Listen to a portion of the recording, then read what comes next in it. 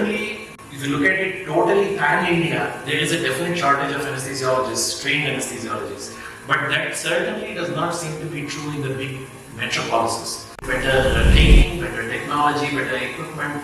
It's kind of, we have become slightly victims of our own success. Because the question always gets asked, why do you need so many consultants? Good news is that you can become an excellent consultant. The good news is that while there may be a lot of consultants in post, there is still a dearth of high quality people. Try and get an SR position in one of the good multi-specialty hospitals, rotate through various subspecialties and super specialties of anesthesia, see what really.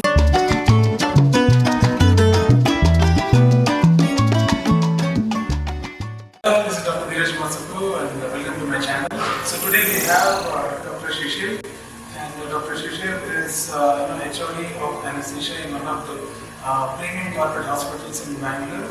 Dr. Shishir has done his MD from Mysore Medical College in 2003, and later on he moved to UK and he has done FRCA in 2006, and he has also done CCT in 2012, and after that he has worked in Great Ormond Street in the specialty of pediatric anesthesia as a consultant for 2 years. And his area of interest, apart from anesthesia, is clinical quality and non-clinical skills. Many of the senior residents who work in this department are moved to UK. They are in several parts of the world. They are also watching this interview. So the first question would be... Before that, thank you, Dheeraj, for having me on your channel again for the second or probably the third time now. It's always nice to spend time with you and have a conversation. For the purposes of this interview, I would kind of describe myself slightly differently. I would describe myself as a trainee for 13 years and a consultant only for 7. What I'm trying to say is the process is as important as the end result. And enjoying the process is going to be very important as the conversation unfolds. I think we'll dwell more upon that. Yeah. So first, see, most of the MD students who are actually studying will aspire to become a consultant in anesthesiology in big hospitals, which are located in metros. So first I would like to ask you, sir, why should someone become a consultant? Because students will not have an idea about what actually is like being a consultant. So can you clarify that aspect? I mean, you hit upon a very good initial thought, because that's one of the first questions I ask anybody who's coming for an interview. Why do you want to be a consultant? And you'll be surprised how few people have actually thought it through. Obviously, we all want to become consultants, mainly because it's, I think, the culmination of a long and arduous process of training. We often start thinking of our start of training as a MD or a DNB, but it starts much earlier. When you think about it, from age 18, all we have done is lived and breathed medicine.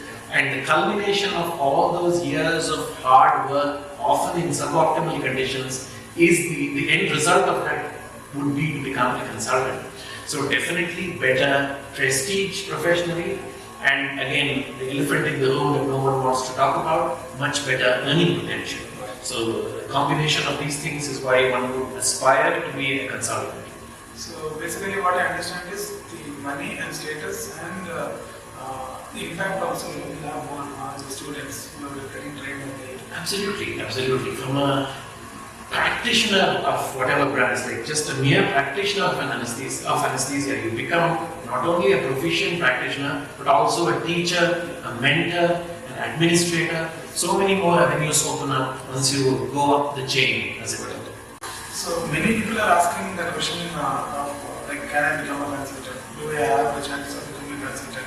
So my second question would be, what is the current reality in your hospital and in Bangalore and other metros? So about what is the ratio in which they become consultant? Everyone cannot become, everyone knows that. So what is the actual rough ratios of which you can go? Correct. I think what happens is we tend to look at this at a global level, right from our Park and Park books that we used to read. The doctor to patient population ratio of a certain number is what we look at. But what happens in a country as complex and as big as India is that it's a very skewed distribution. Certainly, if you look at it totally pan-India, there is a definite shortage of anesthesiologists, trained anesthesiologists. But that certainly does not seem to be true in the big metropolises. Certainly where you and I work in Bangalore, there I would say is a huge oversupply of anesthesiologists in a tier 1 city. There's a lot of competition. What also happens happens is there is a pyramidal system in place where at the bottom of the pyramid there are a lot more people than at the top of the pyramid, and a consultant occupies the top of the pyramid. So typically there are about three to four senior residents for every one consultant position in any hospital. The other reality is that whether we like it or not, most hospital administrators are yet to understand the real impact and importance of anesthesia, and they view us as a cost center rather than a revenue generator.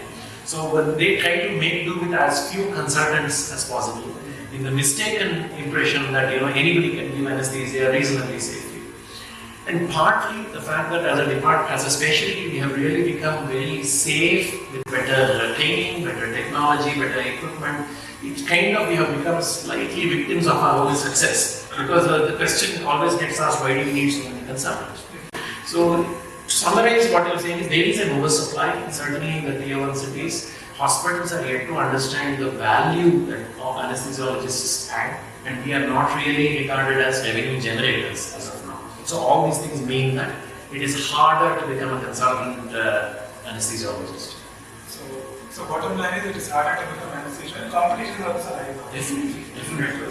So all the stats are like global stats, as it was. They won't directly correlate to the city realities of the metros. So if somebody is watching this interview and he is ready to put in any kind of effort, and he badly wants to become a consultant in a big hospital in the future. So what are the qualities he should develop from first year of MD? The good news is that you can become an excellent consultant. The good news is that while there may be a lot of consultants in post, there is still a dearth of high quality people. So I think the emphasis should move away from merely completing the course and getting a degree towards adding value to yourself and your own CV right through the course of the journey. And all of you who work with me know that I always keep saying, this is something one of my bosses used to tell me in the UK, that when you are a registrar, think like a consultant. When you are a consultant, think like a head of the department. Stay one step ahead of what is expected of you at that stage. And that inculcates in you a growth mindset. And with the growth mindset, certainly the world is your oyster. There's plenty of opportunities for good anesthesiologists, because hospitals are slowly beginning to understand the value of that. So broadly speaking, training in our system, and every system for that matter, has been a time-based training. You do an X number of years and you come out with a degree and you presume that you're ready to be a consultant. But definitely in the West, and increasingly even in India, even in our MBE curriculum, this emphasis is moving away from time-based training to competency-based training. So what do we really mean by that? There are three characteristics that you're looking at, broadly speaking: knowledge, skills, and attitudes. So if you're a first year resident listening to Dheeraj's show, and I think you have a big fan following of newly minted or about to be minted anesthetists. So I would like to say, start thinking along these lines early in the career. There is absolutely no doubt that knowledge is key. Without knowledge, you will never earn the respect of your peers or your surgeons or your patients. Pedigree is important, so where you train definitely matters. What additional qualifications you end up gaining definitely matters. But that is only 1/3 of the story. The next bit is the skills. Again, most medical colleges, most hospitals where you're training will focus a lot on your technical skills, and rightly so, because without technical skills, you're really never going to be a good consultant anesthesiologist. And that you will learn. Again, anesthesia, as you and I know, has a very steep learning curve. Within about 5 years of starting anesthesia, skill levels are more or less similar, especially if you're bright and you're keen and you pick things up quickly. So there's not going to be that much that discriminates you from an older anesthesiologist in pure technical skills alone. So where skills, again, you have to think of as technical skills, which your hospital and your medical college should provide you more or less. But the other aspect that you need to start working proactively on is non-technical skills. By non-technical skills, we mean things like communication, like assertiveness, situational awareness, resource management. And this is why I keep saying, when you're junior, start thinking more like a senior. How would you manage that list if you were in your consultant's position and you're not just a postgraduate in that list? So the non-technical skills, plenty of ways, we can discuss that a bit further, how to gain that. So once we've covered knowledge, we've covered skills, but what I think is the real icing on the cake is attitudes. And that is something that really most of us don't realize early on in our careers. What do we mean by attitude? We mean positivity, a can-do attitude, a growth mindset, and team working, leadership. So these are all things that you should start reflecting on, because you may not realize that even as a postgraduate, you're actually a leader. In your particular OT, as a final year PG, people are looking up to you as to how you manage that list. So these skills, if you start thinking early on in your career, team working, leadership, assertiveness, the ability to communicate your thoughts clearly, it is attitude. And across industries now, what people always now say is that you hire for attitude. Everything else can be taught. Now, medicine is a bit different, anesthesia is a bit different in that we have a lot of domain expertise that is needed. But definitely, still the most neglected part is attitude.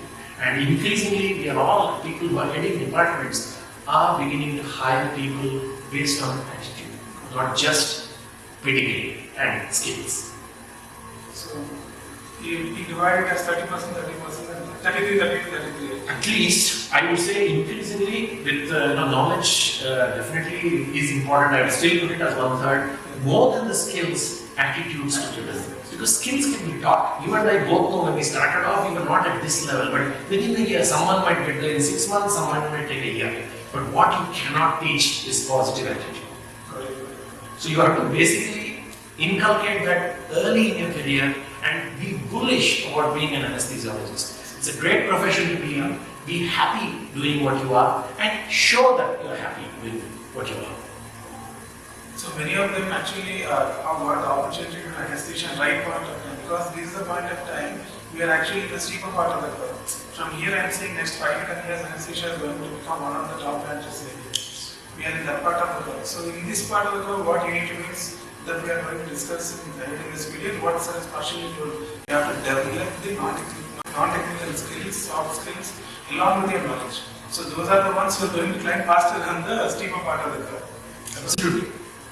So is it if somebody joins a particular hospital in a metro, so is it an automatic process that everyone becomes a consultant for a period of time with the STCON, or they have to stand out and perform? What is it? Traditionally, it has been time bound, but that certainly is no longer the case.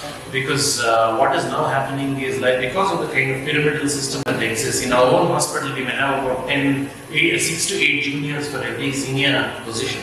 So all of them, firstly, may not want to become consultants in the same place. But secondly, even if they did, we will keep looking at who is adding more value than merely doing the job. Okay? Most people mistake doing the job well and conscientiously as being enough. Okay? Frankly speaking, it is probably not enough, because everyone is expected to do that. To come in at whatever time your OT list starts, doing the case to a good standard, going back at a reasonable time, is something that is part of the. You don't get a medal for that. Okay? That is bare minimum. It's what other value you add to the department that will hasten the process. Yes, eventually they will all perhaps become consultants somewhere, but if you're looking for a prestigious job in a good department, you definitely have to add other skills to your armamentarium. Time alone is not going to be enough. So then so for a person in first year who is watching, he might feel a little overwhelming, I think, so because he needs to read, at the same time he needs to develop his technical skills of learning the procedures, at the same time he needs to also develop his soft skills and the communication. There's so many things to learn actually. So that is exactly, at the beginning of my talk, I told you I was 12 years a trainee and only 7 years or 8 years a consultant. But that is the whole game. It is not going to be easy, which is exactly why at the end of the MD, please don't think of yourself as a fully formed anesthetist. You're not. You've probably worked reasonably well on the knowledge aspect of it and most parts of the technical aspects of it. But there are still large blind spots that you will have, which you're probably by definition you will not even be aware of. So the way I look at our SRs here, many are very good SRs, but I still view them as advanced trainees and not as junior consultants. And that's why I find it uncomfortable to label them as junior consultants, which some other hospitals do. Because they're realistically not yet consultants. They have definitely got the raw material, but they need to work on it. So my message to your postgraduates especially is, don't be phased by all that I have told you. All this is not going to happen in 3 years. You are looking at realistically somewhere between 7 to 10 years of sustained anesthesia training before you really become a consultant. And at this point, most of you would have heard, or at least some of you would have heard of Malcolm Gladwell, who's an excellent author. And one of the books that he has written, which I would recommend again to people listening to this and watching this, is Outliers, where he talks about the 10,000 hour rule, okay, where it takes 10,000 hours of sustained effort to become an expert in something. So if you are defining a consultant anesthetist as an expert in anesthesia, it's not going to happen in 3 years. Okay? So even assuming you're working 60 hours a week, okay, most of us are not really working 60 full hours. Even assuming say 60 hours a week, it's 3,000 hours a year with no breaks, nothing. At the end of your MD, even assuming you probably would have put in about 5,000 hours realistically. And it's going to take you at least as much time as your MD to actually gain that expertise, that breadth of experience, and the depth that is required. So don't be in a rush to become a consultant, would be my first piece of advice to you. Enjoy the journey, and believe me, the journey is more exciting than finally getting to the destination.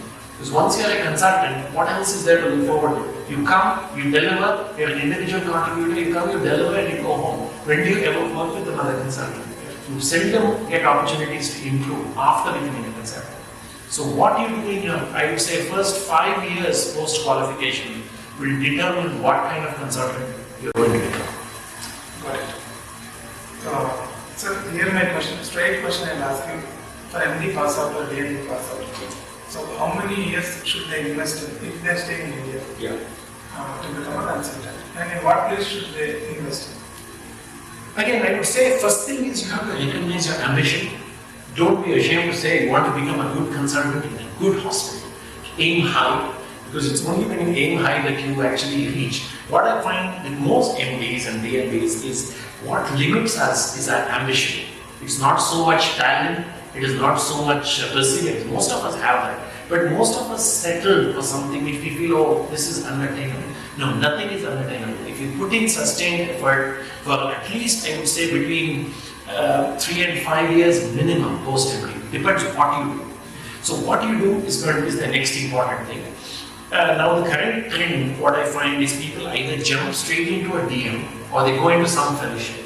I honestly think, okay, it's one thing, like in your case, you're passionate about new anesthesia, you did new anesthesia, that's cool, and I understand that. But a lot of people, because they're intellectually bright and they make a seat, they end up jumping into it. It's almost like they're prolonging the inevitable. Like just 3 more years I do something, then I make my decision. That should not happen. So what I always suggest to my team is first join as a senior resident in a good multi-specialty hospital where you get exposed to a whole variety. My suggestion to all of you is, once you finish your degree, try and get an SR position in one of the good multi-specialty hospitals. Rotate through various subspecialties and super specialties of anesthesia. See what really floats your boat. Because if you then enjoy something and you take that up, it will never seem as onerous. And even if you have to wait 5 years to become a consultant, you won't mind very much. So that is how I would place the trajectory point of view and start at that point developing on other aspects. So your knowledge and technical skills are more or less taken care of by that state. Start working on your non-technical skills. It's like layering one layer on top of the other. And the icing on the cake eventually will be doing, you're improving the attitude side of things, working in teams, being part, you realize that you win together and you lose together. All these things take time and maturity to reach. But as a first step, join somewhere which has wide exposure to things that are at today's anesthesia. Because what we train in a college may not be representative of what is happening at the cutting edge of the branch. So try and get exposed to that early, recognize your inner ambition, and work towards that. If you work towards that, it is definitely an attainable goal. So if some 10 to 15 SRs are joining in some particular place, so how can somebody stand out in that? Because they want to put the effort, there are so many people ready to do that, but they don't know what to do. Correct. So here, I think what would be good is if you take a long, hard look at yourself first. And what I would say is if you're a postgraduate or if you're the person who you are most scared of in the department, go to them with your CV. Ask them to look at your CV in detail. Ask them to ask you difficult questions. Things like, why should I give you this job? Why do you think you're ready to be a consultant? What value are you adding to this system? Why should I pay you more? These may seem like simple questions, but when we introspect, we ourselves will realize that just coming, doing the job and going home does not automatically guarantee anything. All it guarantees is that next day you will come and do the same job. That's all that guarantees.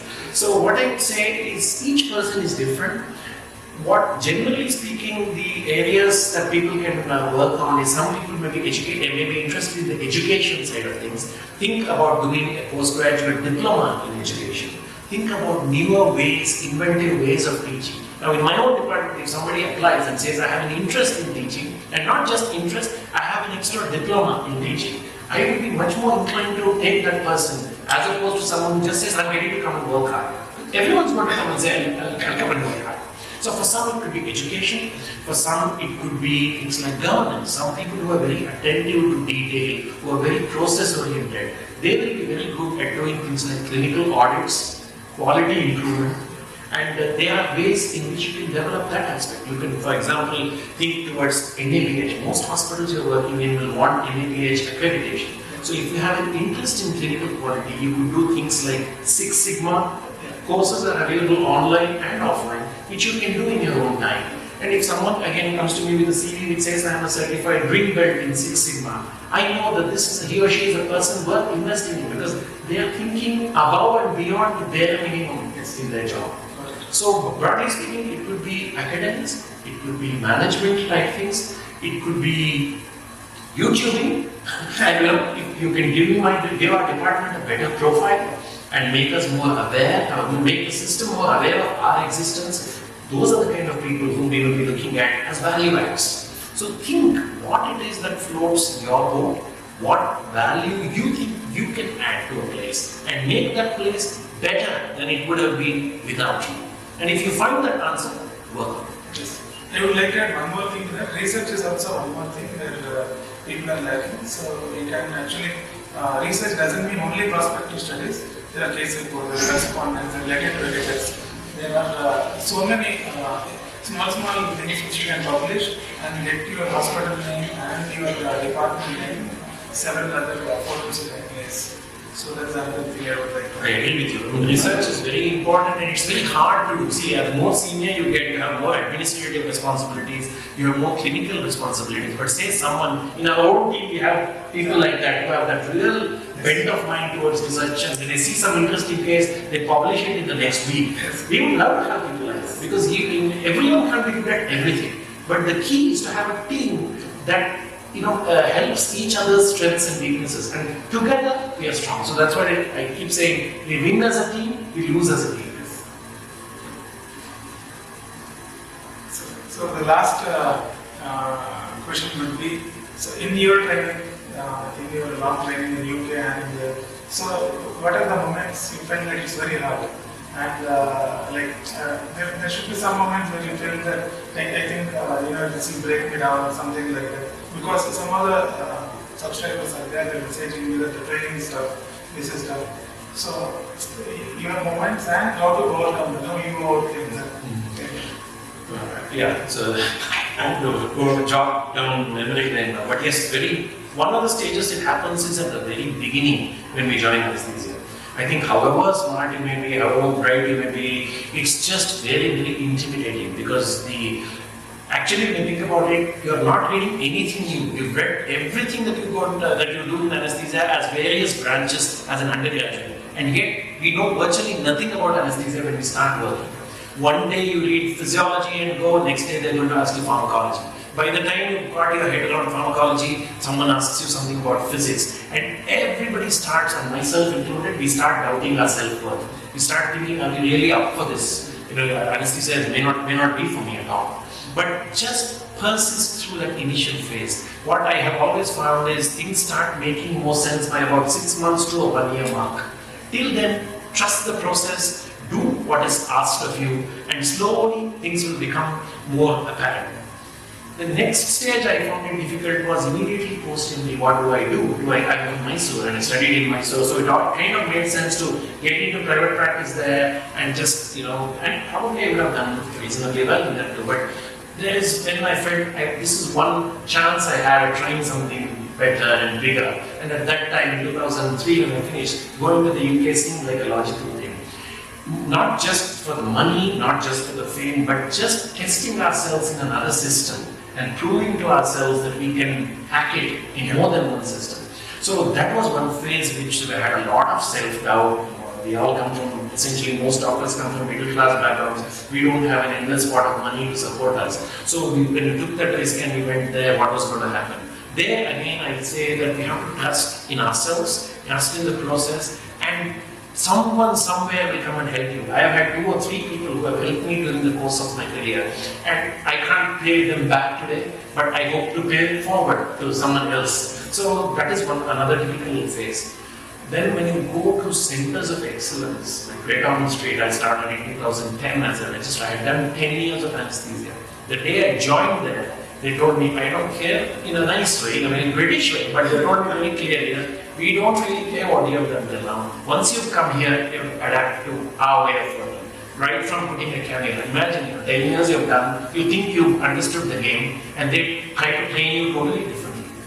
It's quite upsetting initially, and you start questioning yourself again. But then again, you believe in the process, and when you have the talent, you can hack it across multiple systems. And I think one quote comes to my mind. One of my bosses used to say, when are you ready to be a consultant in the UK? So they would say, you go to a new hospital and then they say, and you ask for something for a case, and they say, oh, that's not how we do it, we do it like this. You say, yeah, that's fine, I do it that way too. And you go to a second hospital and say, oh, we don't do it that way, we do it this way. Yeah, that's cool.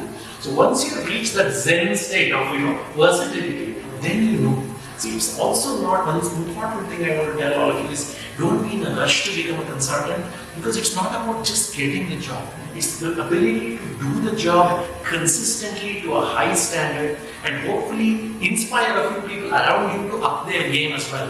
And for that, time, you need time. Don't be in a hurry. Enjoy the process as a trainee, as an advanced trainee. If you're doing DM, enjoy that journey.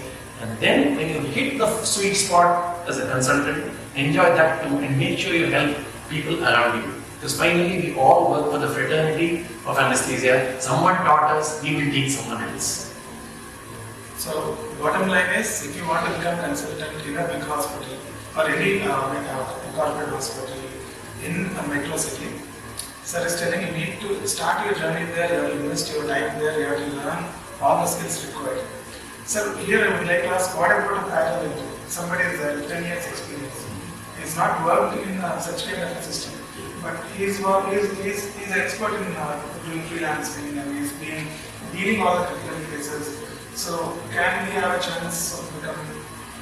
Occasionally, yes, and I personally believe that is a good thing to have lateral entrance. Many hospitals really don't take lateral entrance. They want people to go within the organization, which is sensible because you also want to induce the juniors to, show them that there's an aspiration. But the risk of doing that is it becomes an echo chamber. Everyone thinks the same way, everyone does the same way. So from time to time to have a lateral entrance is a good thing.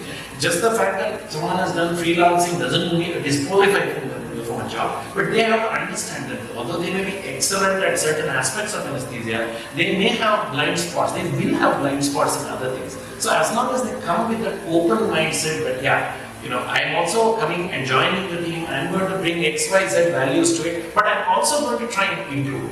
As long as you have that growth mindset, there is potential. So some of the freelancers have got hope, I think, now after listening to your talk. Freelancing actually is very difficult, and I have a lot of respect for freelancers. To work on your own, whether optimal or suboptimal condition, takes lots of guts because there is no backup. In a hospital like ours, we have 28 anesthesiologists. We know we can bank on each other for help, but a freelancer actually works on his or her own, and I have greatest of respect for them. That's a different world, I think. That's a different world, and this is a different world. True. So final conclusion points. So anything you want to tell the subscribers? So I recommend a consultant. Yeah. So what I'd say is don't think of the situation today. Try to imagine what the future will look in 5 years' time or 10 years' time. Already 2010 to 2020, things changed a lot. Of course, there will be things like the pandemic which nobody can foresee, but by and large, there's changes that are happening in anesthesia at a very rapid pace. There's going to be artificial intelligence coming in, there's going to be even better monitoring, there's going to be pressure on, do you really need that many consultants? Can you manage with nurse anesthetists like they do in the US? So start planning and time as best you can to future-proof your career. Don't train for today, train for 10 years from now so that you're still relevant and you can still add value. So future-proofing is what we have to do, and most of us actually think about today. So we follow people who are actually in the best positions today. He might not be in the best position in the future. Yes. That is what Sir is telling. So you have to, for that little bit of imagination and knowledge should be there, or at least you talk to people who have that, and then maybe you have to learn skills. And one more thing, Neeraj, I would like to say is, if you can, try as much as you can to find a mentor. Yeah. A mentor will really take you places. They will open up aspects of your personality that even you didn't know existed. So those who are lucky enough to have a mentor, hang on to them throughout the course of your journey. You may eventually do bigger and better things than your mentor. But the fact that you have someone who you can talk to, someone who will give you honest advice, they are gold dust. If you find, and I would strongly recommend all of the, especially the postgraduates who are listening to this, to find a mentor. It doesn't have to be physical, it could be online interactions. And I think someone like you would be an excellent mentor, and a YouTube channel like yours could potentially move things forward along those lines. I am very happy to help if anybody wants, and through your channel, if they want to contact me, I am always open to giving suggestions and feedback. Actually, in this video, even in this video, actually indirectly you are mentoring many people. Because many people who are watching this video are getting influenced by what you're doing. That is what mentorship is. So we would do that, but the factor is time. Right now, time is a very constraint for us. But in future, we're going to develop some kind of application or a process where we can mentor multiple people in a limited time that we have. So that we're looking into that. So thank you very much.